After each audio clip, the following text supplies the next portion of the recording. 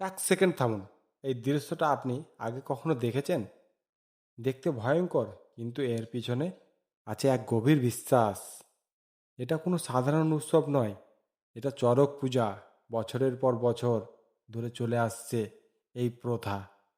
এখানে মানুষ নিজের শরীরের কষ্ট ভুলে ভক্তিতে নিজেকে উৎসর্গ করে। সব কিছু শুরু হয় এক অদ্ভুত পরিস্থিতি দিয়ে। শরীরকে তৈরি করা হয়, মনকে শক্ত করা হয়, কারণ সামনে যা আসছে তা সহজ নয়।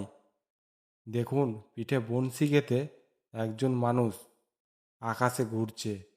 এই কষ্ট, এই যন্ত্রণা সাধারণ মানুষের পক্ষে সহ্য করা অসম্ভব। তবুও তারা করছে, কারণ তাদের কাছে এটা কষ্ট নয়, এটা ভক্তি।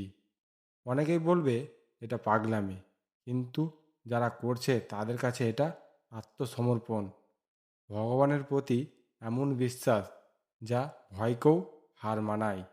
যেখানে শরীর হার মানে, কিন্তু বিশ্বাস জেতে। আমরা ছোট ছোট সমস্যায় ভেঙে পড়ি, আর এখানে মানুষ নিজের শরীরের কষ্টকেও তুচ্ছ করে। এই দৃশ্য আমাদের শেখায়, যদি বিশ্বাস থাকে তাহলে অসম্ভব কিছুই না।